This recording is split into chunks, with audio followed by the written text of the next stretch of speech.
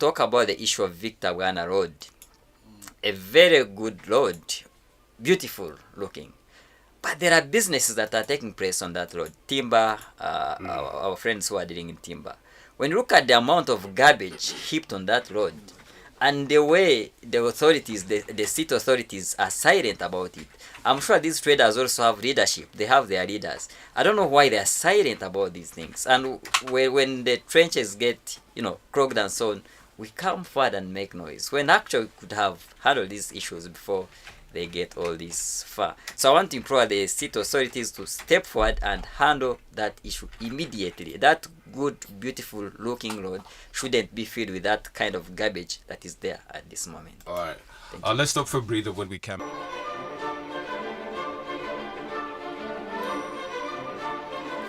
All right, we're back, and I want to thank you so much for keeping it locked on Western Uganda's biggest radio station, 91.2 Cruise FM, great music. Good friends, we are right here on Plot 12, Mutilen, and you can be able to listen to the show online on cruisefm.com/stream and on Cruise TV. That's on TikTok and YouTube. Just type in Cruise TV, it's seamless like that. You will be able to see everything that is happening on there, but don't hesitate to reach out on us. Right opposite Intare School on Bomber Hill, you come and advertise that you can be able to scale up your business in whichever way. We are discussing a couple of things, no exception this edition of The Big Seat. We're talking about why would a government officer be summoned by Parliament whose role is purely oversight, and they turned down that invitation to interface with the Committee of Parliament. There have been a couple of people that have been invited before Parliament and they don't turn up and nothing happens. Yet we know certainly under the Constitution, parliamentary committees have literally the power of the High Court to be able to summon but also cause the arrest of particular individuals. We've seen that members of parliament have been denied access to the Roa facility, Mulago. In the past, we've seen a couple of individuals that have been summoned and they literally never showed up. I remember there was the Right Honorable First Lady Janet Museveni was summoned to appear before the Education Service, before the Education Committee, and she never showed up. And now we saw the CDF summoned and he never showed up. Does Parliament stand for what it is? Do they have the power to do oversight and appropriation, since some of these individuals are supposed to appear and defend their budgets? Mr. Hudson Tornayesi is with me in studio. Dennis Asimwe, who is an author, and Agaba Biona Argaba, who is a political economist. Let me start with Mr. Tornayesu Hudson. What does this reflect of the position of Parliament in as far as, one, providing that oversight role and being able to summon individuals to account, because the representatives of the people have the power to summon them and have them answer particular questions? Thank you, our host. Tinkumanya abantu bitu wanu ndatu baterre mutochi tubagambira mazima nanga wanu ndatu bagambire democratically what happens. But I want to say that Uganda is a democracy. That is why we have a parliament. And this parliament is a representative of the people, because these are the people that we do select from among us to go and represent our views, and then they end up forming what we call a parliament. Konge chinkwenda kutangazamu ihanga tukweruko running artyo omuntu witu wabutosha na basobta chimanya konka Uganda iturumu ine bakama bayo kandi waweza kuchimanya ko kuzayishomero hine chiba kweta idealism, hine chiba kweta realism. So hati nyenda kubuza omuntu witu wabutosha nondato mugambire idealistically what is possible or realistically in realism what governing a state looks like. I think I think the listener needs to understand the truth. Needs to understand the truth. So now, the CDF, to begin with, is a public servant. But while public servant, yes, Parliament can summon him. Konka Parliament ya kumsummoninga, ine kubanza kwebuza neza kumsummoninga ku answeringa on what? If it is on operations of the military, then he can be summoned. But if it is on defense, on policy, on budgeting, then there is the PS, then there is the Minister of Defense. Now, you cannot jump the queue, or you cannot have these particular people available, and then you go ahead to summon the CDF to explain things that already the minister is in place to explain. Now, hinechibarukweta civil military relations. In civil military relations, it means that the military is subordinate To the people. to the people. You get To it? civilian authority. To the civilian authority. But now, in being subordinate to the civilian authority, there are mechanisms in place. And one of the mechanisms is that we have the Minister of Defense, who interacts with the military. You understand? And who again interacts with Parliament. Onyine? And in the Ugandan setup, to create members of Parliament, but from the military. You get military representatives. That means that if you have them, there is no need for you to summon the CDF to come through and explain things, or explain himself on things where you already have the members of Parliament who represent the military, where you already have a minister present within the same Parliament, where you have a permanent secretary who are the go-betweens between the military and the... So if you're to summon the CDF, you don't have to summon him through actually the minister. You could have summoned through his actual structure, because the CDF is accountable to the CIC. You get? To the president, who is the CIC. So you have to ask the president that, can I summon so and so? You understand? So I think it is quite a very confusing position. Maybe for information's sake, we know that these are independent organs of government. Parliament has its own power, that is vested within the speaker as the head of the institution. We know the executive has its own independent power vested in the president, who doubles as the fountain of honor. I think when Parliament is doing its mandate under the constitution, they don't have to consult with any person, because these roles are clearly established in our law. No, Mr. they are Hudson. clearly established, but also let's look at this. When they summoned the CDF, they again wrote through to the speaker. I think you've heard about that. That means that they clearly know what they are doing. Okay, let me bring in Densa Simwe. At least let's widen the scope. We've seen members of parliament turned away from visiting, let's say, Pinetti's projects or particular, premises, because they've been cordoned off, they've not been given access and all that. These are members of parliament whose responsibility is oversight to supervise how much of Ugandan taxpayers' money is put to the right use. So if at all they cannot be able to access and verify some of where this money is being allocated, don't you think there's a problem? Thank you very much. But the question also is, he is standing, my neighbor is standing for MP. Do you think he's being sent by the people, his people, to actually put Pinetti to account, to account? Yes. That's elitist. That is what you have studied at school and what you are debating here.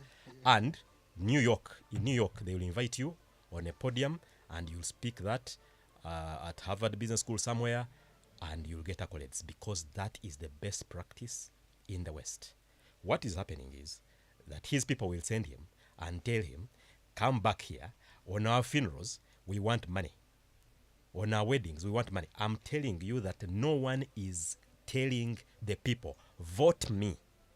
And my contract with you is that I am going to squeeze government for how they are spending money on Pinetti, on how they all these things, the coffee bill and all these things. No one is telling them the exact thing they are going to do. So when they reach the other side, what the voter sees them ranting on TV, making all sorts of dramas, and then the voter thinks that actually there is performance.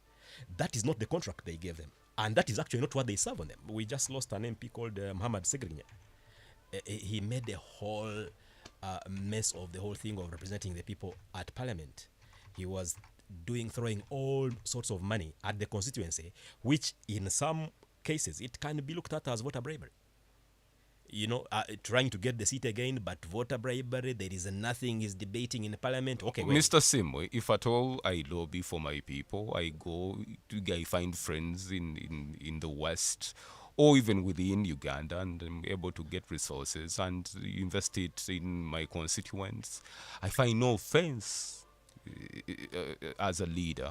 I don't know why you're demonizing this gentleman for having done what is noble for his people. well, at the very least, we should arrest those types for giving gifts and not paying gift tax and not declaring it to Uganda Revenue Authority. My point is there is the law on the gift taxes. I know that it is unenforceable. Back to the point. Back to the point. There are projects of government that members of parliament are supposed to supervise. They have a responsibility to have these individuals account before a committee of parliament.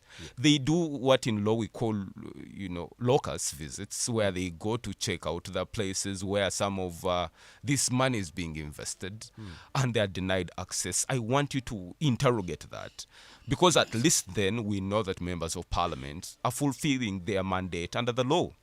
I know what is the law on paper, and I know what is actually on the ground. So I'm just saying that a deal is established when there is an offer and there is acceptance.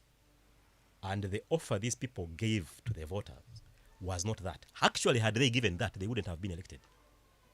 Because there is a referendum that is taking place at the time of elections, and the president is the face of the other side. Oh, so you're going to get away the other guy. You know what happens in many places of Uganda, for a long time, except the last one, but even then, except this last election, you can even change your MP, but then the president would have the majority vote.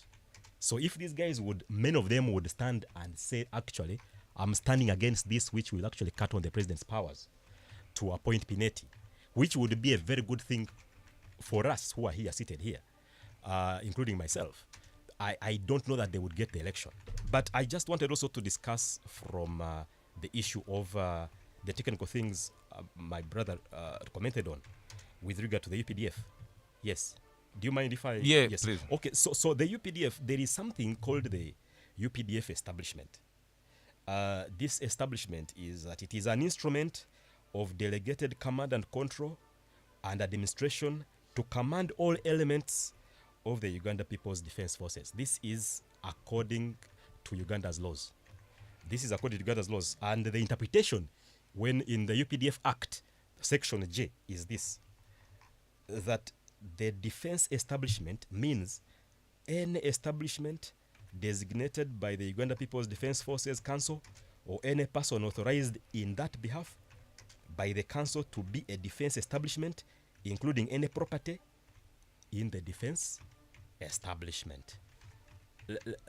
What happened in Feb 2024, last year in Feb, the president of the country handed over that establishment to General Wilson Mbadi.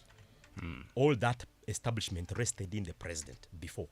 So he handed it over to Wilson Mbadi. Now, after that, General Wilson Mbadi was taken to, he became a minister. Now, when he became a state minister, who took that position? We don't know.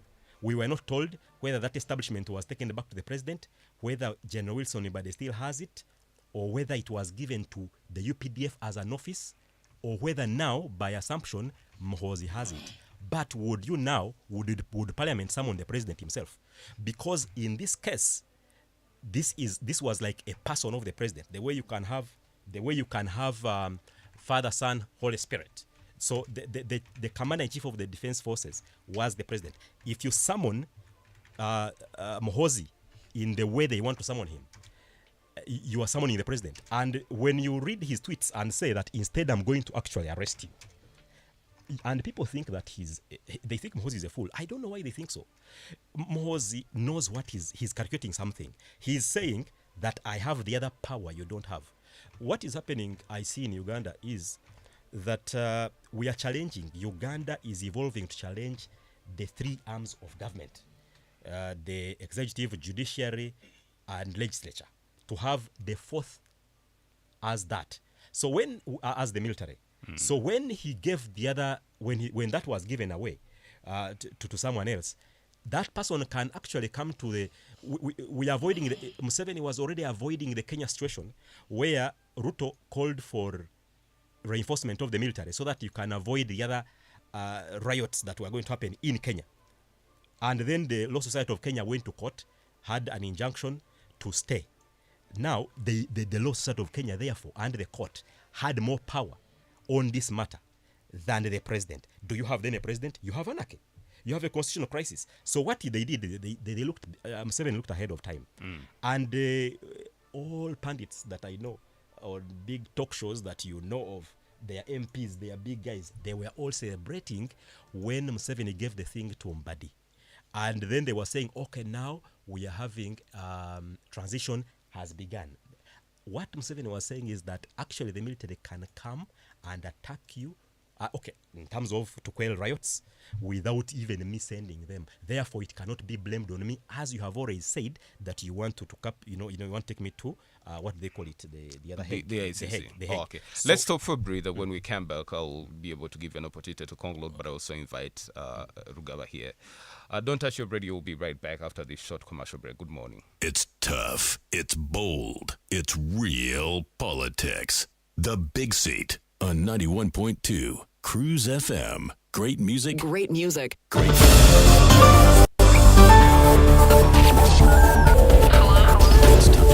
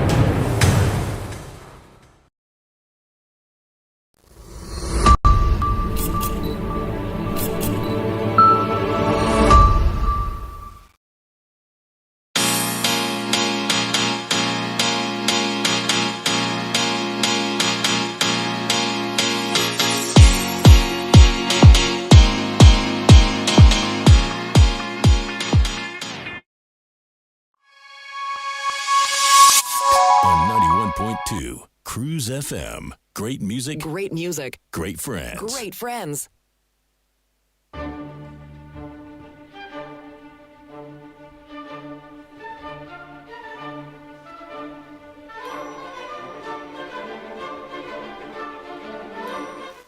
All right, 20 minutes to 10 o'clock on Western Uganda's biggest radio station, 91.2 Cruise FM. Good music, good friends. My name is Wesige Banyaji. I have Mr. Hudson Tornayesu, who is a political analyst, and he intends to represent the people of Wampara County. There, Mr. Dennis Sima, who is an author, and Agavabiona Rugava, political economist. It's African names that create a tongue twister. But I want to appreciate every person that is locked onto the radio and enjoying the show. We talk about the ability of members of parliament under their own mandate in the constitution to summon any individual to appear before committees of parliament. We've seen instances in the past where members of parliament have made those invitations, but public officials have gone ahead to not honor the invitations. What are the ramifications of this kind of tendency? But where does it pit the parliament, which has a sovereign power, literally, to summon an individual and hold them to account for public resources? Let me allow Mr. Densa Simo conclude, and I invite Mr. Gaba. Yes. Yeah, so thank you. We are talking about you are not summoning the UP, you're not summoning An ordinary public servant. you are not summoning an ordinary public servant when you summon him that way. And let me make it even more interesting. These guys are comical. The MPs are comical. the meeting was supposed to discuss the budgetary framework paper. So what are you saying, that you can filibuster that arrangement, and maybe the whole of Uganda's peace is at stake because a general won't come, because the Minister of Defense has come? Okay. And so. Oh, yes, Rugav. Thank you. I want to start with a disclaimer that I'm not a legal or a constitutional expert, but I'll try to address some issues basing on our constitution. And when we talk about our constitution, we need to first of all look at what we may consider like a cover page of our constitution, and that's the preamble. So there are about 6 words that I want us to pay attention to, which are said on behalf of all of us as Ugandans. The first word is recording. So what are we recording? We are recording our history. We are recording where we've come from. We are recording what we've gone through. The second word is recognizing. So what are we recognizing in this case? We are recognizing the struggle that we've gone through. The struggle against oppression. The struggle against tyranny, and so on. The third word is committed. These words translate into each other. So we've recorded, we've recognized, and now we are committed to end all this. The fourth word is exercising. So how are we going to end this? How are we committed? We are going to end this through exercising our sovereign rights, and so on. So we note, after all that, then we note that this assembly that was formulating the constitution, was acting on our behalf. After all that, we declare that we do hereby declare. So these are the words that translate into each other to formulate the constitution that is supposed to run this country. So having given you that background, let me take you to chapter 6. So chapter 6 of the constitution establishes the parliament. Section 79 stipulates the functions of the parliament. And one of the functions, it actually stipulates 3 functions. And I'll talk about the third one, which is that parliament shall protect this constitution and promote the democratic governance of Uganda. We are talking about democratic governance of Uganda. So when you go to parliament, let's say the parliament documents, the website and so on, they try to expand on these functions. And I've picked interest in one of the functions where they expand it, and they say to scrutinize government policy and administration through the following. So part B of that one says scrutinizing of various objects of expenditure and the sums to be spent on each other. So here we are talking about the budget committee. So we go to section 90 of our constitution. Section 90, chapter 6, section 90. So section 90 talks about the committees of parliament, how they shall be established and so on.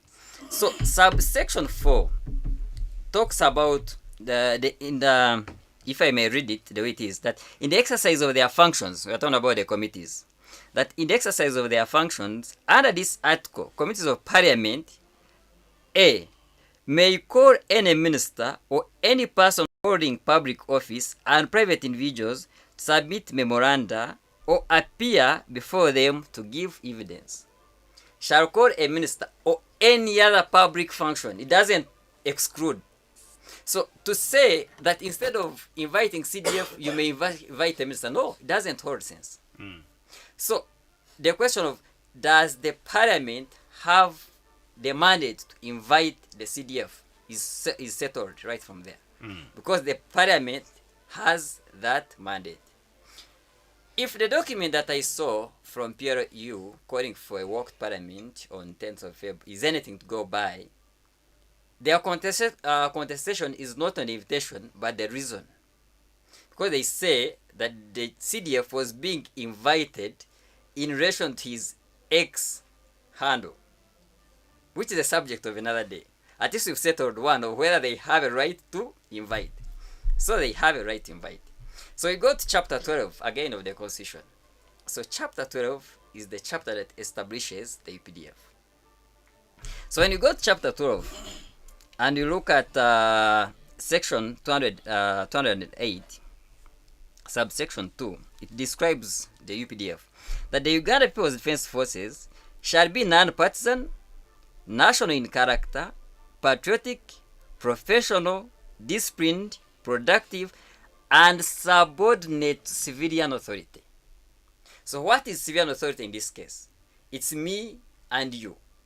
But because me and you and my colleague now cannot fit in that small house in Kampala, and I'm using the word small in relation to the number of Ugandans, the 45 million. So it's figurative, don't think. Yes, that our we house hear is you. small. So because we cannot fit in that house, we select the few of us to go and represent us in that house.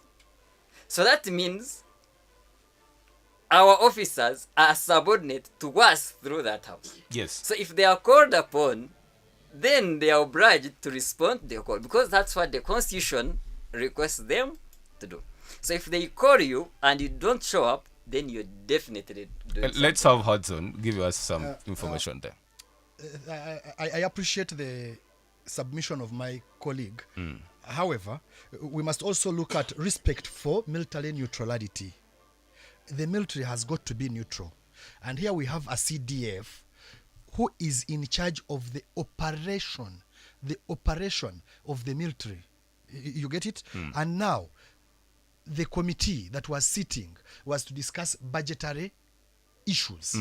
Now, the expenditure of the military and the budgetary issues, which could fairly be explained by the minister, or even and the the permanent PS secretary. and the permanent secretary. But the law so clearly states that Parliament can be able to summon anyone.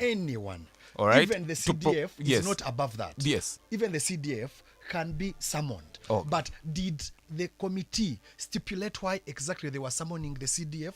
Okay. If it is on operational issues, that would be right. But we must also examine the intent. What was the intention? Yes. So if we look at the neutrality of the military, then that means we need to protect the military from politicization. We can't allow people to politicize the military. But if at all it's about politicization, then the deputy CDF will not appear before that parliament, because Absolutely. he is a member of the military, and Absolutely. other officers of the military would never appear. But also the question that I would want to put at Drugava, certainly the members of parliament were burning to have an interface with the CDF, not because Not of because of being anything, yes. CDF, but rather because it's the first son.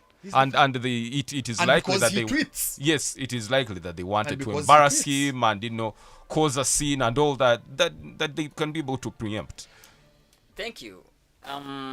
Trying by all means remain polite as I can, because we know from the basic that tweeting itself had everything wrong with it. But I don't want to go there. And my friend, when he was introducing his presentation, he talked about being idealistic and being realistic. So you talk about the military, you call it military what? Neutrality.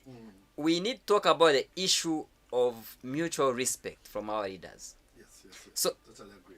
regardless of the office that you hold, if you are called upon maybe by the parliament, who are your fellow leaders, then at least you have that moral obligation maybe to respond to them. But also, if I manner. put it to Mr. Turnayesu, that if the First Lady was summoned to appear before the Education Committee and she didn't show up, and instead sent Honorable Miyengo to speak for her, is the First Lady a military officer? Absolutely not. Yes, I do understand from that perspective. But however, let's look at it in this way. The military, the First Lady delegated Muyingo, who is a fellow minister, operating under her. That means that Muyingo is in a position to explain whatever the First Lady could have explained. A committee of parliament does not distinguish between Muyingo, the minister, and Kataha, the minister. You see what I want us to look at? We are in a country where everything is getting politicized. You get But it? that is politics. Yes, Parliament it is is purely politics. That is exactly why we cannot subject the entire security of the state to a boardroom to be discussed by civilians who have no background of security, understanding security. understanding security. So no, now for me, But I would want Hudson is running away from Yeah, the yeah, fact yeah. that And I want to- other civilian individuals I were want- summoned and they still did not no, but in this appear. particular And case, I let's want also to look at it disagree this with way: you. Yes. that the CDF, the intention, the intents as to why everyone was hyped up and looking forward to him coming to the committee were entirely political. You get it? And now, from my personal view, I am of the view that the CDF is the representation of the security apparatus of the entire Mr. nation. Turena, yes, So we have to protect some if of the the things CDF when it comes to security. if the CDF has used this personal ex-handle to do politics, must he not be invited to a committee of parliament to answer political questions? Are we aware that there are two handles, that is at MK Kainerugaba? Yes. But are you aware that there is also a handle at CDF Uganda? Okay. So if there is a handle at CDF Uganda, then we must draw a line between what is personal in his, because as a person, he's also entitled to his personal views, to his personal life. Okay. So are you saying that now Parliament needs to engage within the personal life of the person See. of MK? Well, the law is clear, but we shall not get I so far. want to Yes. put some few things clear to my colleague Turnayeso. Our good friend, the CDF, has never on any single moment came forward to deassociate himself with the views expressed on his handle. So to say that there is a handle for this and this, neither UPDF nor the general himself has ever came forward to deassociate himself. So we treat those views expressed there as the official position of the what? Of Of the the person CDF. who happens to be the CDF. I would like And to second, interject on that yes, a little please. bit. Yes. I would like to interject on this. The UPDF reports to who in ministry line? The UPDF reports the Minister of hand in Defense hand with the Minister Minister of The minister. of Defense, yes. Not under Minister Not of Defense. under, Not no. under the Minister of Defense, because at least the Minister of Defense said this is not our position. The Ministry of Defense is the general supervisor of the military. Oh, and that's what I'm saying. Yes. That they have told you that this is What not their is stated position. is not their And position. then the other thing is that we have come to discuss the budgetary framework. The moment we handle the budgetary framework, and then on a separate committee, it could be foreign affairs, because some of the tweets touch foreign affairs. Foreign It affairs, could be yes. some other discipline. It could be Yes. intent to a committee concerned with the murder and all this. I don't know, whatever however you see it. And then it calls on a separate in that manner. But what does it speak to us to have a parliament that has committees which just jump on onto the what bandwagons? what will happen when the moment they are going to sit? I also now trigger them and I speak something that makes them change course, worked up. and then what Let's allow Rugaba I want to show my colleagues how these issues may translate into the budgetary aspect of and also want to put a disclaimer that I have nothing against or in common with our good friend General. So let me not be perceived that maybe my views are, No, Now, why you playing safe? Speak your opinion as it is. There is no point. No. You are Ugandan. It's a matter of putting the record straight. Yes. So, okay. if you are talking about the budget, this is a committee that is literally responsible for, giving out the funds. So, if you came requesting for 5 billions, for example, and you want me to give you 5 billions, yet the other day I saw your leader who is going to supervise this money behaving in another way, then I have a reason to question that behavior, because I'm worried that the money I'm going to give you might be used for some other businesses. I've seen your leader saying maybe he's going to start a war with X and Y, Z, and you are here asking me for money. How sure can I be that the money you're asking me is not going to start the battle that your leader is declaring, even when it's not in the national interest? You get? So that's how these issues may start from there and translate into the budgetary issue. Then we are saying that these they are political and so on. That's an assumption. So if the parliament is inviting you because it's a legal mandate, it's mandate, it has a right to. So for you to assume that it's political, then it's a wrong assumption. Show up and prove them wrong. All right. Okay, let's stop for a break. Let's catch up in the next hour of the show. Good morning. It's tough. It's bold. It's real politics. The Big Seat on 91.2 Cruise FM. Great music. Great music. Great friends. Great friends. Jazz Junction.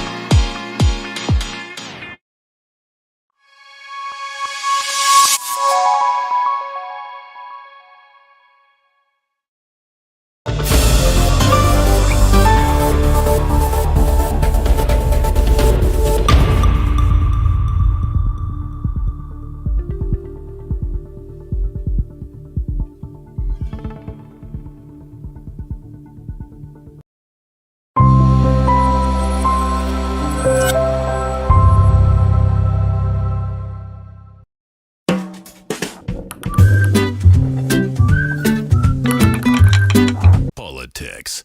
The Big Seat on 91.2 Cruise FM. Great music. Great music. Great friends. Great friends. All right, welcome to the second hour of the show. It's 2 minutes past 10 o'clock on Western Uganda's biggest radio station, 91.2 Cruise FM. Great music, good friends. Good morning once again. My name is Wesige Banyaji, and I want to appreciate the people that are listening again from Tsoro, Ntungamo, Rukunjiri, Riantonde, Imbara here, and all these places. But the MVPs are those that are catching the show online on cruisefm.com/stream, but on Cruise TV, that's on YouTube and TikTok. Follow, like, comment, and give us feedback. Our topic of discussion is already on our social media handles. Be able to tell us of what you think about the performance of the NRM that morphed into the NRM from the NRA after that protracted Gloria War in 1986 when they captured power, 39 years. And they've been running business for all this time. And I'm certain the majority of Ugandans have never seen any other government. And we know that knowing about 75% of our people are below political space has been able to enlarge, to accommodate all different Ugandans, and even the cautiousness of our Ugandan people as far as the governance and the rule of law is concerned. And could we say that is something that the NRM must celebrate? Helping me discuss the 39 years of the national resistance movement is Mr. Hudson Turinayes, who is a political analyst, but he comes from Rwampara County, Mr. Dennis Sasemwe, who is an author, and Gaba Bionar Gaba, who is a political economist. Let me start with Mr. Gaba.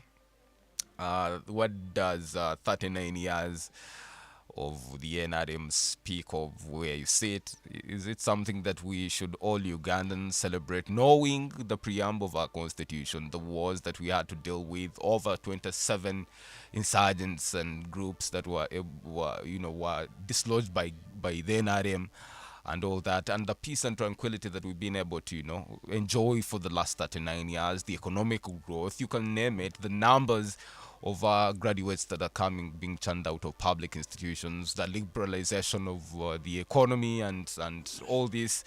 Are you happy? One of those many Ugandans that you talked about who have had the privilege of seeing only one president, and it's definitely a dream that one day maybe I also see another president and do a comparison.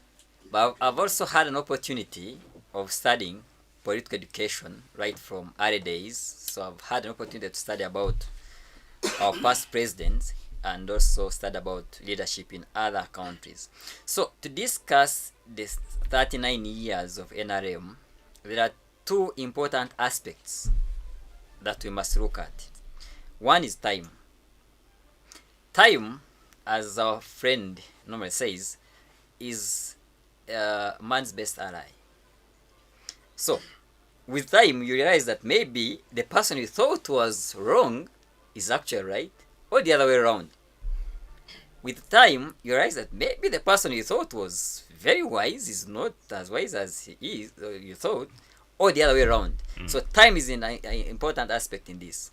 After 39 years, things have changed. The NRM of 1986 is definitely not the NRM of today. How it has changed, we are going to talk about it. So the second aspect is belief.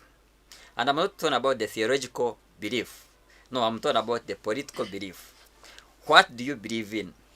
So if you believe in NRM ideology, if I thought it exists anyway, the way you look at things will not be the same way as someone who believes in FDC or in NUP and so on.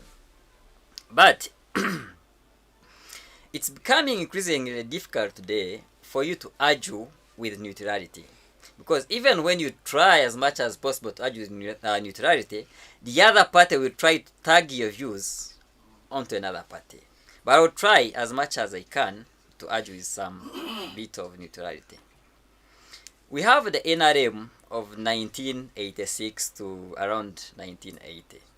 So this was the savior NRM. It's possible that it was judged fairly because of what was existing. Turmoil had come from, the bad days of Amin or Bote and so on. So maybe whatever it delivered could have been fairly accepted because of what was happening. But by all standards, we can say the government worked.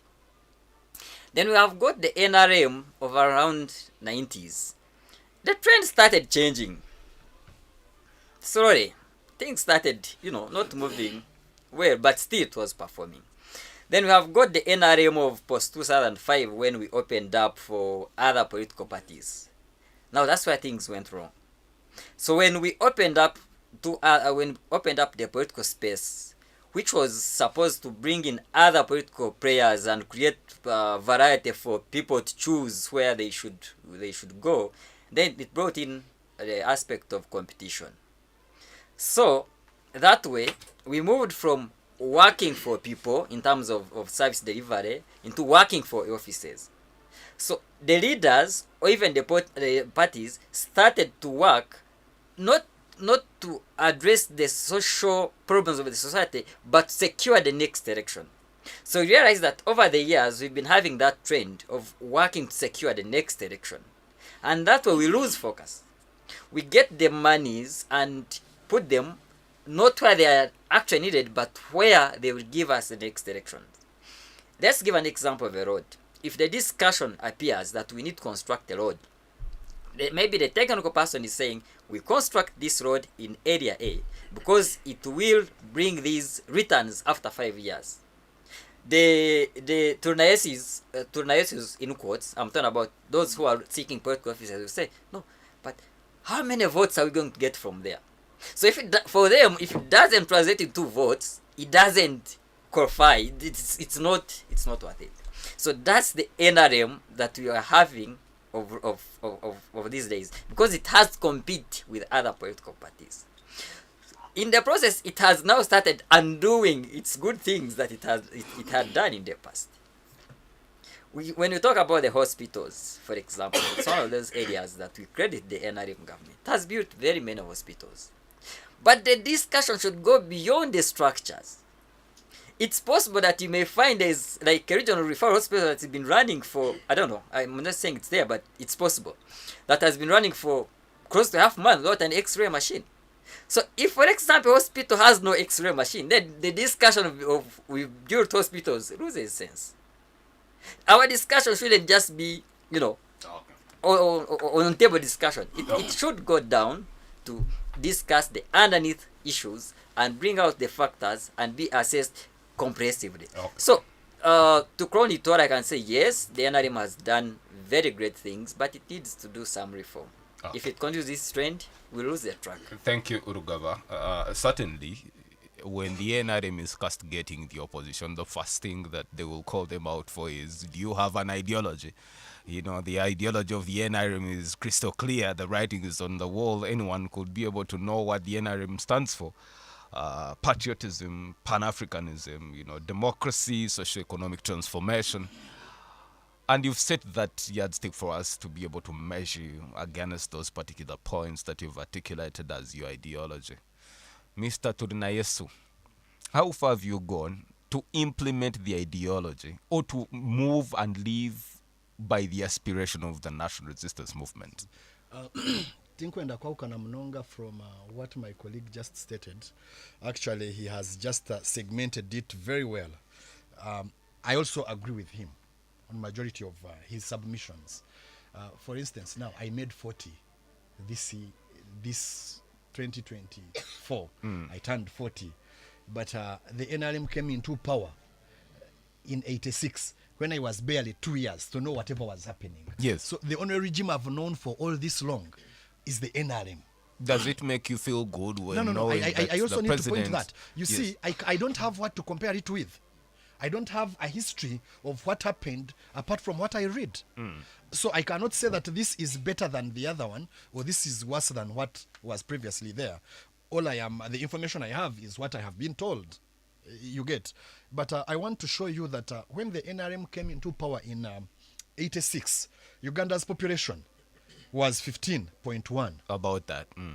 You understand? Now we are 48. Literally, about Literally that. 48. So that means that what the NRM was planning for when they came into power is not what it is faced with today. In the recent concluded census, they said that almost 70% are younger people. You get it? But this population, I'm an economist too, and I know the merits of having a big population. That's why China is the second global power. So the NRM could be population could be a low-hanging fruit for the NRM, and they would profit from having a bigger population to manage. And that's why they are going the direction of industrialization. If you've been following His Excellency's submission, you know that we are trying to go the industrialization kind of way. And I also wanted to show you that, look, the NRM might have failed in some aspects, but then it has given us this stability. Yes, I know the president keeps on talking about this, but stability and security are the foundation for any country to blossom or to grow or to develop. Without security, without a firm foundation, then that means that you're not going to be able to exercise the industrialization they are talking about. It means that these particular youths we are talking about, that constitute the majority percentage of our population, are going to be up in arms. Yes, God has blessed us. We now have the population. We are going to look at how we can harness it to make sure that it helps our country to grow. But then we must also appreciate the little contributions that the NRM has been able to give us. For instance, some of us, majority of us, are products of the NRM. You get it? We don't know any other regime. We are here discussing, and the discussion we are having is not a discussion of security. No, we are having a discussion that we have gone to school and we want jobs. You get?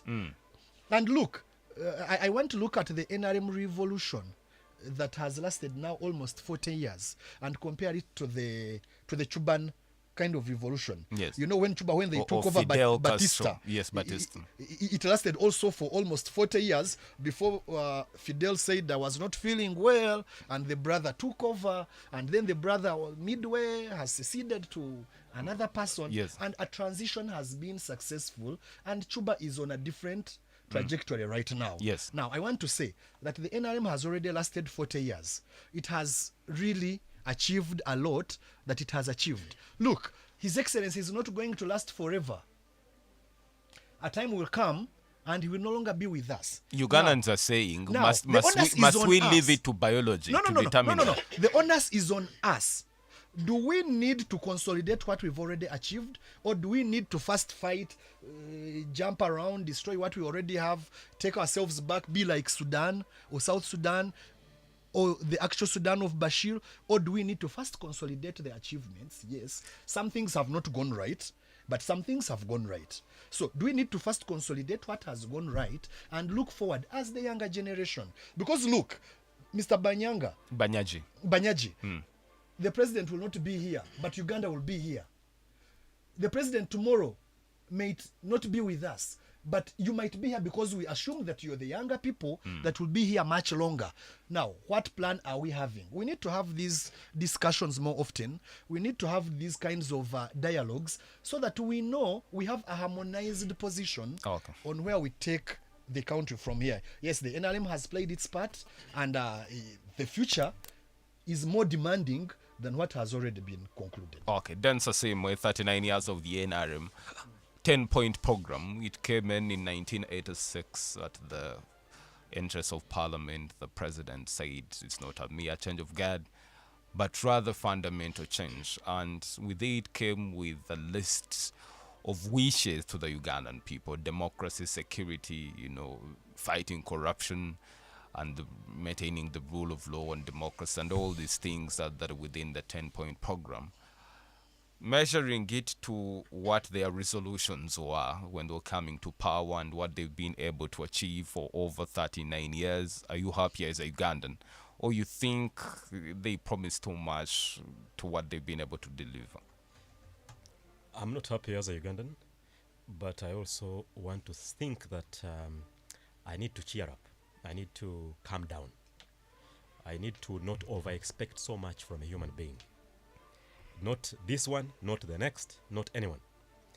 I want to tell that through this. They said that theirs was a fundamental change. Why are you judging them that they said it was a foundational change? It was a fundamental change, but not a foundational change. It was not on the foundations. So if a son was beating the father before, he still is beating the father. It is why I have to be very hard on the sentiment spoken by my brother Hudson, because it is rampant. There is a short thing I want to tell you. There is this gentleman called Ham. He's a businessman in Kampala. He was implicated in one thing with the Uganda Development Bank. That court case he won the court case because there was a technicality. UDB had given a loan, I think, straight from Kenya, not from the UDB here in Uganda. And because of that technicality, they had done the loan badly. And then, he didn't need to pay for that loan. I wrote a small piece as an author.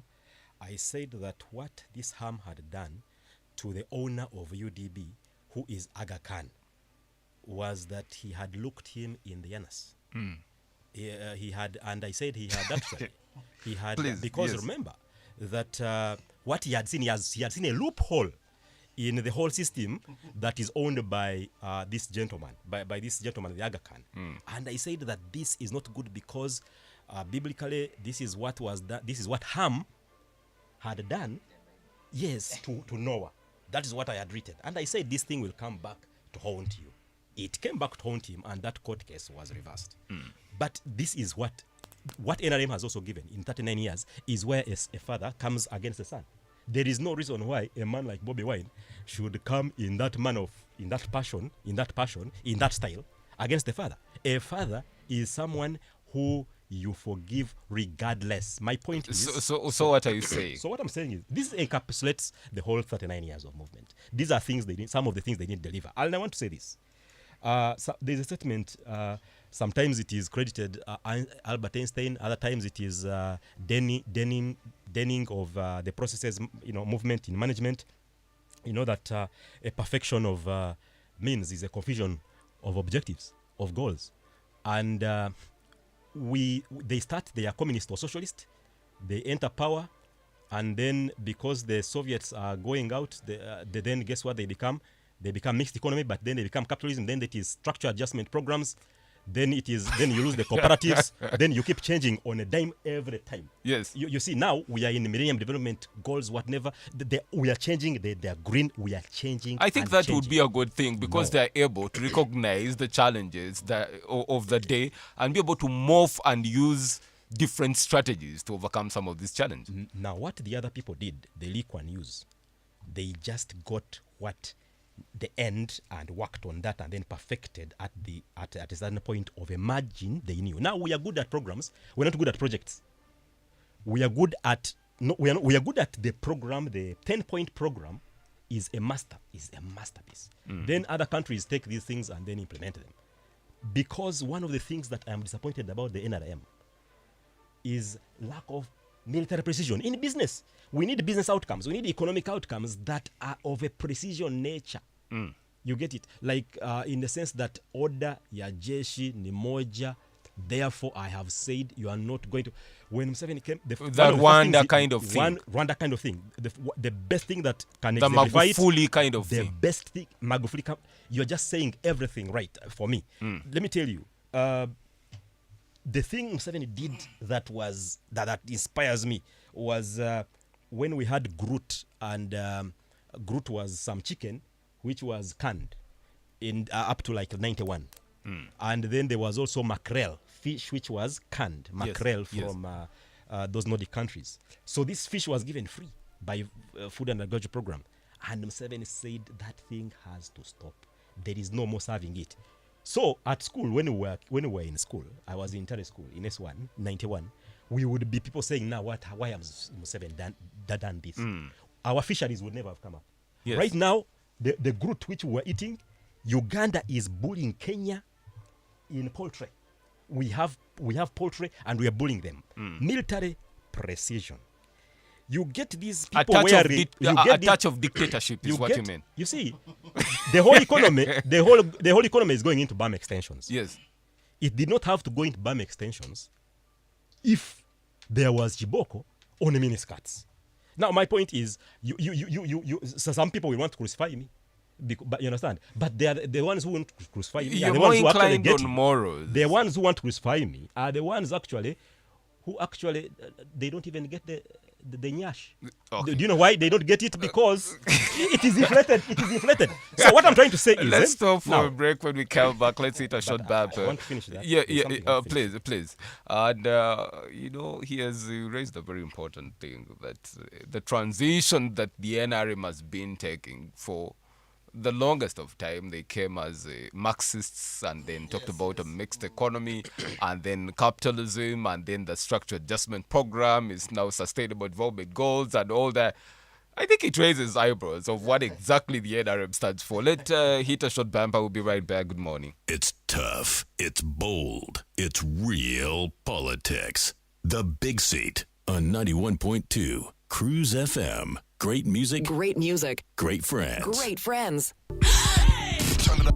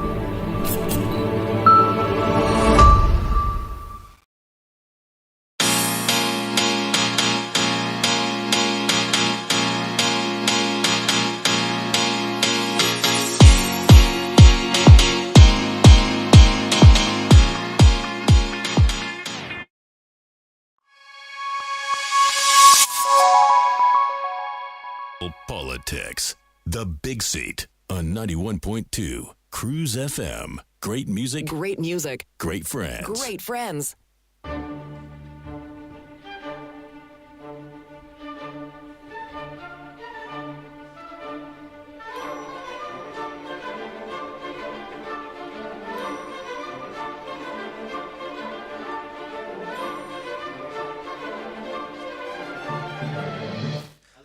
All right, 26 minutes past 10 o'clock on Western Ugada's biggest radio station, 91.2 Cruise FM, good music, good friends. Wesige Banyaji is the voice on your radio.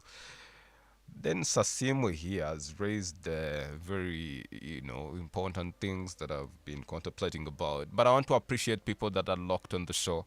Maurice Mujurizi, who is my very good brother, is listening and streaming live in Kampala. I want to appreciate you so much for that. But also other people, I know the people are catching the show, those that are listening online on cruisefm.com and Cruise TV watching seamlessly like that. We are not about to stop. We're celebrating 13 years of being the best. Literally this year we shall be moving into 14 years and we promise niceness all the way. With me in studio is Hudson Turnaesu, who is a political analyst. Rugaba Agaba is a political economist, and Mr. Dennis Asime, who is sounding like a philosopher. He gives us a touch of that, and that. We are yet to get exactly what Mr. Asime. I am hitching very much to say this. Thank you very much. This touches on the last topic we are looking at. The movement also should be studied this way. It has a parliament, which is, the English call it, they have their panties in a twist. When you're angry and agitated, that the undies, they are twisted and they are, uncomfortable. So you have your undies in a twist. Over Mhozi Kainerugaba. When I was reading this act, did you realize that the establishment includes people, paraphernalia, and everything, and that means that the red beret, which is what the NUP uses, is establishment.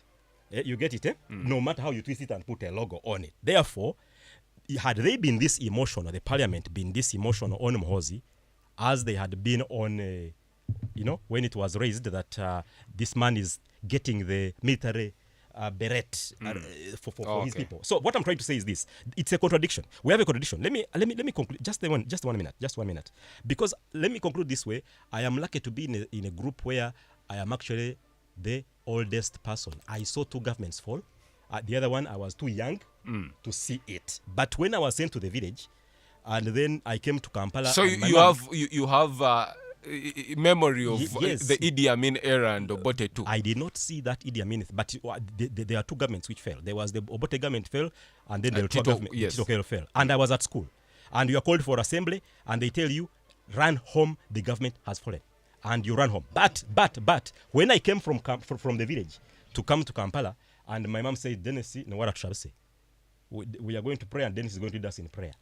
Me, because of being raised in a Protestant church in the Chalo, Isinjiro Mabona there, then I recite the other part of the prayer in the Protestant Anglican church where they pray for leaders and then they name them. So me, I prayed for this, then after the prayer, my mom was like, "Oh God, Dennis, government Muanga is no longer on top." So you are praying for Muanga? Yeah, I was praying for Muanga. By the time I dropped to Kampala, I was already, you understand what I mean? Yes. By the time I reached Kampala, the things had changed. Yes. Conclude.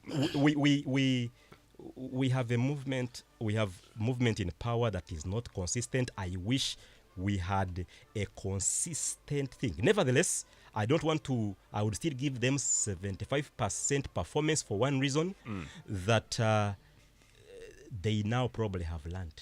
Okay. And they're about to learn. Let's go to the lifeline of the show, the telephone calls. Call in on 752-912-912 on 780-912-910. How do you rate the performance of the NRM establishment after 39 years? Call in and let's get to hear from you on 752-912-912 on 780-912-910. The big set. Yes, good morning, Governor. Yes, good morning. What's your name and where are you calling from? What's Pete Christian, Saja calling from Tungisenga. Yes, Saja. Yeah, what I'm saying is this 39 years of NRM.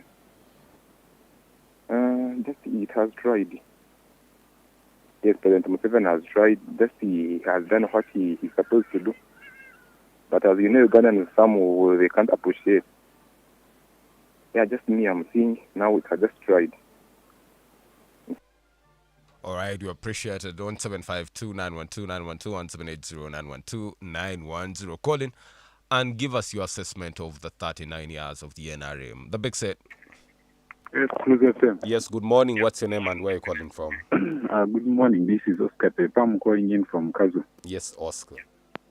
I think in these 30 something years of the government of Uganda, the guys have really tried their level best in changing the Uganda. Unless if we are seeing the false information about the past government, but if I thought it's all true about the past governments, then the guys have really tried. All right.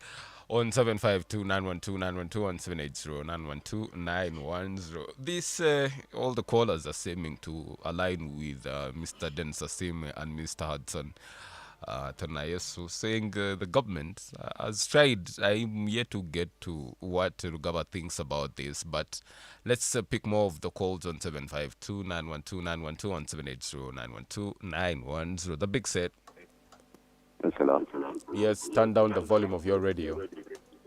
Good morning. Turn down the volume of your radio, or else I'm going to hang up on you. I'm Babana. Good morning. Yes, good morning. What's your name and where are you calling from? This is Noel from Isinjiro. Yes, please. I want to ask those guys. In this 39 years, what did Museveni do? No, omanye chemalako wa at time. Ogenda street, ogende Kampala notukayo never. When these Waganda are saying they are talking with you, if they were that you are Munyankore, Bagamba, Abanyankore, bari Burundi, na egenda street ezembalala. Aba street kid we bari yao. Moreover, in Munyankore. In that time of Obote, that time Ngawari. This Angola and Choli, those in power, Munyankore Tayogera. But now again we are, I don't know. You sound very angry though. Let's get to our social media handles. Facebook, Jaja Godi saying, let's agree that no man is an island where the NRM has gone wrong. It should be able to, it's the only way to judge. Let's also focus on the positive achievements. Nwajada David says the NRM has tried, but it failed to secure the future of the Ugandans by fighting corruption. Kayongo Zubayo, who is saying the NRM has performed well for the first 20 years. And then Nwamanya Edson, you're saying the best achievement the NRM government has gained in these years is the protection of Ugandans in mass poverty and corruption. Thank you. You're listening again from Kakoba. Let's pick a bit of more calls before I get back to the panel. The big set. West Gabanyaji, good morning to you. Yes, Agaba, good morning. Happy New Year. Yeah, Happy New Year to you. Yes. Too. Now, I will first take this opportunity to appreciate you, West Gabanyaji, for keeping time. You know, in Uganda, keeping time is a very big problem. Remember, one person said he will be president for 5 years. It's now very many years. To the matter, I would like to ask Mr. Hudson Tanayesu. It is my first time to tell him that my English has a lot of problems, like the government of NRM where he subscribed to. Ninyenda shobore yajangtaine chok comparinga aha government age. Ninyenda shobore an comparing jire abantu abajundiro mu kihome aha bwa TikTok bo obugabe bwabo n'ubutana buta n'ubwa General Muhozkin Rugaba we tugire ngo yabyakora nakora kuko bana mutano wa president bariya n'abantu buntu tubye nabo kubafaho wari yiguriye hejuru rero nabwa nyuma mushobore ngo akana kejo kandi kumegenjo kana yoke kura etama kahume mpurikirize. Yebare mnonga gaba mnywano wanje. For calling it is always on point, but your English is not like the NRM government. Yes. Mwami Colin ekibuzo kyawe tinkumanya bwenki mazimano. Agaba, yes. Mwami agaba tinkumanya ekibuzo kyawe bwenki mazimano nteka sport I thought you. But amateeka n'amateeka. And no one is above the law. Let it be the son of the president, let it be the president himself. The law is the law. Kanda mateka, you might dodge the law today, but it will catch up with you eventually. When you're no longer the sitting president, we've seen presidents who have been caught up with at the right time.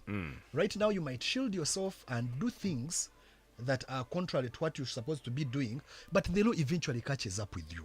So Mr. do I Tuna agree Yesu with what the first son is doing? I wouldn't say that I entirely agree. You get it? But then he's entitled to his opinions, and that is his view. That is how he sees things. Okay, maybe you, the fact that you are a card-bearing member of the movement, it would be prudent that it's you to answer this question. You know, some of the reasons why Mzee Museveni and President Kagame and General Muntu and Dr. Kizza Besigye went to the bush was to fight things like the extrajudicial killings, you know, incarcerating Ugandans without charging them, keeping them in dungeons, and all these things. You know, the unfairness of the regime that ran the state at the time. When you hear that Ugandans have been killed at the hands of the state, you hear people that are incarcerated without ever appearing before courts of law, and all this criminality that the NRM government went to the bush in that protracted war that claimed 500,000 heads of human beings here. What does that make you feel? You know, when the NRM is able to be accused of these atrocities that they went to the bush to fight, you as a subscriber and supporter of government, how do you interpret this kind of thing?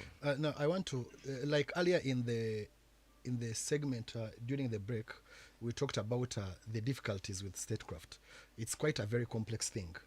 You know, statecraft drives you in a position you may not have eventually thought that you would find yourself in. Now, this is, you see the governance styles we use here in this country or in Africa as a whole. It's not the governance styles that were brought or introduced by us as Africans. These are governance styles that have been imported from outside of Africa. You get it? So that means that they have structured this in a way that the system, Bajangu, a revolution, it's its own children. You understand? And no one is an exception in a revolution. Even the one who propagates it might actually eventually be eaten by the same revolution. So, you know, when you're starting, the will is always there. When we were analyzing the 39 years, we said the first 20 years were fairly very good. Then if that is your assessment of things, when particular groups of Ugandans say, we recognize that you did well at first, you've veered off what you promised, and we think you're taking the country in the wrong direction, why don't you support them? Having recognized that they did mistakes. After every 5 years, we hold campaigns and go into voting, and the same Ugandans vote the same regime. So now, are you saying that the Ugandans who voted the regime into power don't want the best that is for their country? You understand? So what I want you to, the mandate is with the Ugandans. After every 5 years, they choose a leader of their choice. And they have consistently and continuously chosen the same president. But I also want to show you that we received calls in here earlier. Majority of the callers that called in said the man has done well. The regime has done well. Even us internally, we have said at least we would give the man 75%. You understand? So, we are not saying that there are no things that have not gone wrong. Yes, things have gone wrong. You get? But if you weigh what has gone wrong and the direction we are taking and what has gone right, we all agree that what has gone right outweighs what has gone wrong. So, do we criminalize, do we subject someone to the cross because of what has gone wrong. No, let's all sit, look at ways that we can put it right. You see, putting it right is not for a select few. Putting it right is everyone's responsibility. If you keep quiet, then you've kept quiet on your own accord. Don't keep quiet and expect me to come and fight for you and die for you while you're hiding under the bed. If I point out that this is not going right, it is up to you also to support me and be like, this is not going right. Okay. But if you hide under the bed, then don't expect that some should sacrifice their lives for you while you want to live forever. All right. It's tough. It's bold. It's real politics. The Big Seat on 91.2 Cruise FM. Great music. Great music. Great friends. Great friends. If she's a good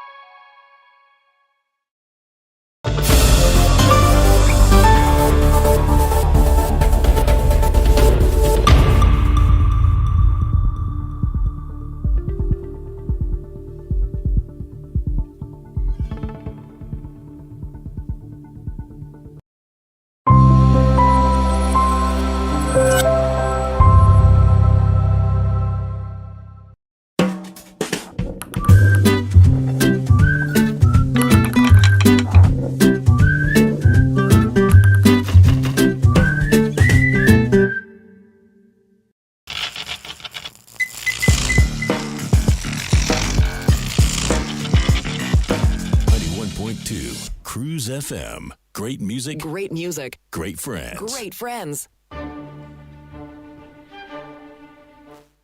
All right, on the last lap of the show, 15 minutes to the top of the hour in Western Uganda's biggest radio station, 91.2 Cruise FM. Good music, good friends. We're celebrating 14 years of being the best in the region, and we're not about to stop. The Big Seat happens every Saturday morning, 9 a.m. to 11. You can be able to listen online on cruisefm.com/stream, but on Cruise TV for YouTube and TikTok. Now, you have a listener who's saying the caller is wrong, saying in Obote's time Banyankore want the thing. Bushenyi was Obote's favorite, and any MP from the area would be mad minister. Bushenyi was Obote's favorite. Mbara Street Kids is not entirely political.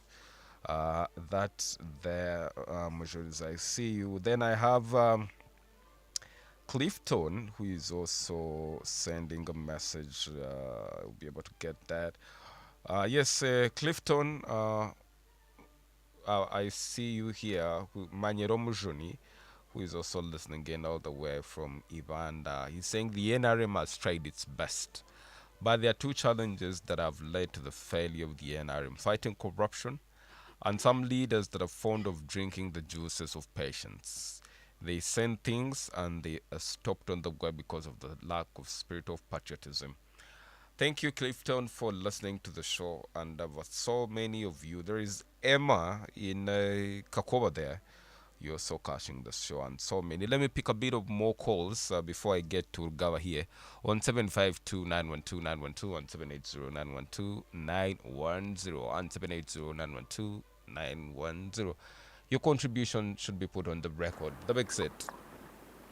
Why, Wesige? Yes, Agala, you're back. Hudson Yambuzabuza. That's why I'm back. Because yanjirangu we general mhozkine rugaba ejo nenteekateeka yiyi hati nyona asharaho kugamba general mhozkine rugaba a tiktok nyene betari enteekateeka yanjye aha bwaki nyowe nibanteeka omu kooti abantu bariza kitarya bariza za ruzera bariyo nibajundura omu buhome konka we ariyo nangira ngu uriya n'obugabe bwe aha bw'okuba mutabani wa purezidenti hati nyowe yanzire tumuntu nyowe bwaki nonda ngu nkome kananyenya wanjye kananyenya n'obugabe ndikureba ngu muhozi yakora kubi kugira ngo besige omutegerize guru nikigamba bakankoma anshobore nyenda nyetegereze sebo.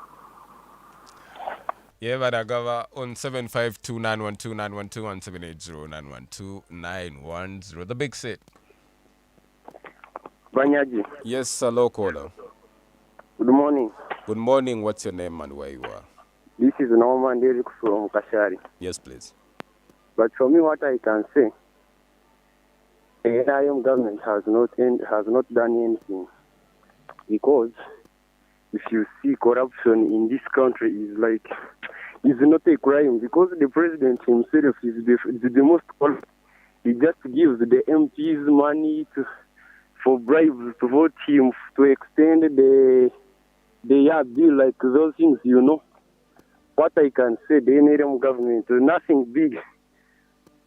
One I can say is that it has tried to increase on the security, but it is not at 100%, because if you see these bombings of 2010 and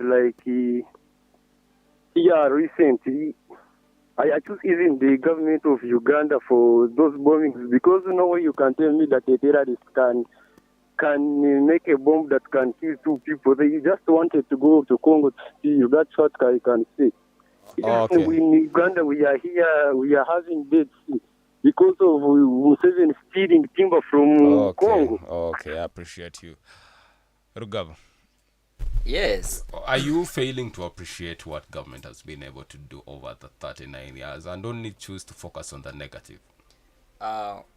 With due respect to all Ugandans and those who have divergent views, I think you would be a witch to say that NRM has not delivered. It has delivered. What we can argue about is the extent of what it has delivered and so on. But at least we can say there are some visible achievements that the party and the government has done or has achieved.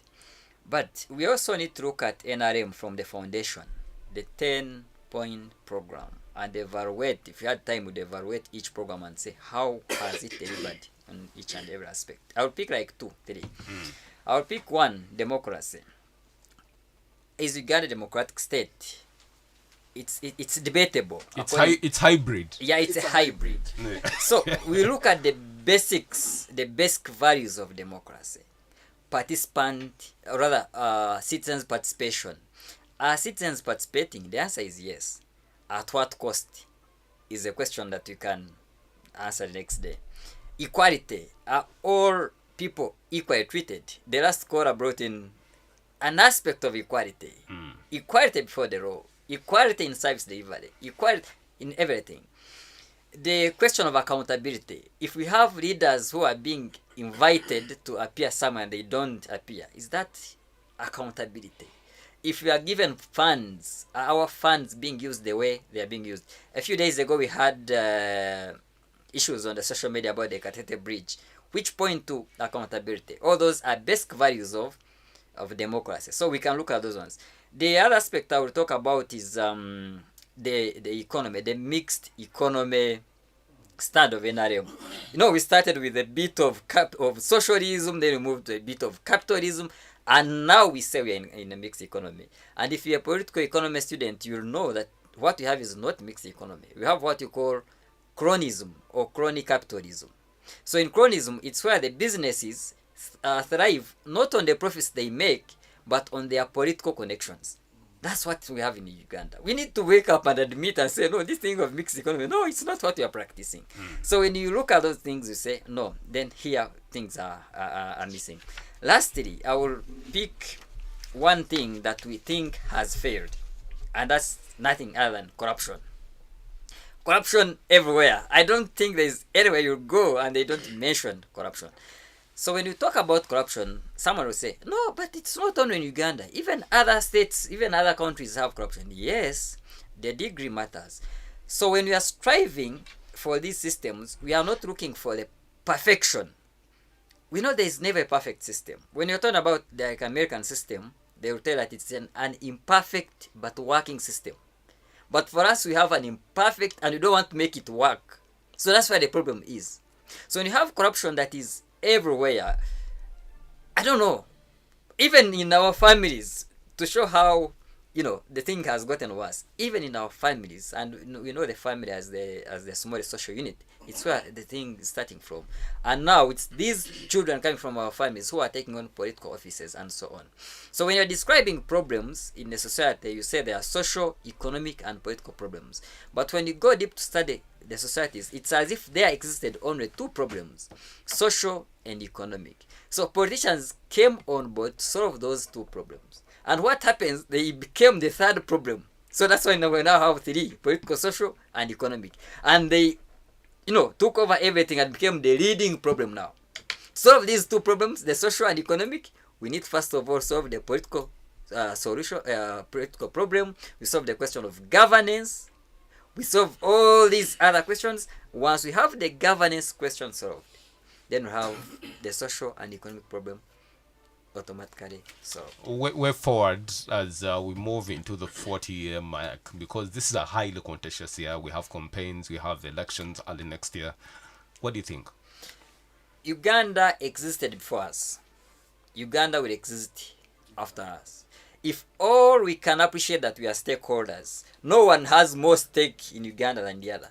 If we can all be tolerant, those who even hold divergent views and know that the country is bigger than all of us, will build a better Uganda. Oh, okay.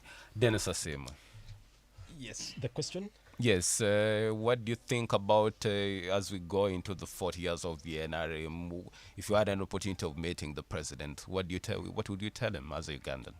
I would say, Mr. President, when you and Mills Zenawi were part of a 5-man new breed as called by, as tagged by Bill Clinton, president of USA then, we were under the movement system. And then Mills Zenawi goes, I think he was in USA, and then he says you cannot have democracy without multi-party system. Then we jumped into a referendum to go multi-party. I would say, Mr. President, let us stick to one line and have an inclusive system and not be in a thing that is so-called democratic, a constitution that looks is democratic and then is contradictory. So what I would say is that you would literally say let's go back to the movement system I would say and let go of multi-party. No, I would say you have the ideology and let us stick to it. Whatever it is, we shall choose and not go away from it, not looking left or right. I want to also, conclusively in a second. Yeah, so we have all suffered. I cannot say that we have performed well, but the best thing that this government has done is longevity, because that one itself has defied the West, and already that's a win. Thank you. Nice. Ninyenda kubanza kugaruka mu mwojogo agaba mugambe mbu two wrongs don't make a right. Yes, you might have seen what is not right, but it does not mean ngo niwe ukora ikibi ngo ukondijo nakora ikibi. You tana na ukora ikirungi. Then turebe amateka garije kukuratanaga kakwata kwa wakora ikirungi. Konka wagonda ngo ukora ikiba kwa nanka nakora ikibi, amateka ngabasakwa ni ugakwata.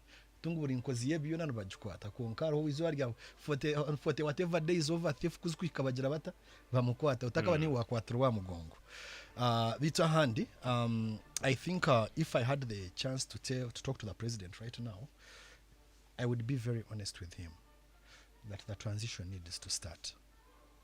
The transition needs to start. We have very many capable and able young people. You have seen MK discussing this openly, regardless of the neutrality of the military. That means it is an open discussion that as a country we need to start having on the way forward. Where do we go from here? And what's the future plan of our country? We all must be able to contribute to this discussion of the future of the country that we do want. But and yes, you have in a second, our time is fast spent. Yes, but ahandi ninyenda kwebaza baturikirize na munonga abantu ba Rwampara n'abantu ba Team Hudson ba Jordani n'abantu bona abana bo basiba radio ba Jampona rebonto kuba tukurikirize mwebare munonga abahurikirize. Okay, thank you Hudson to Nayesu. The people of Rwampara should be able to take notice. Asimwe Dennis, the philosopher, the author and everything that has to do with that. I want to appreciate you, Mr. Agavargava. Thank you so much for being a part of the show this morning. Let's meet next Saturday. My name is Westgate Banyaji. God bless you. We are out of here.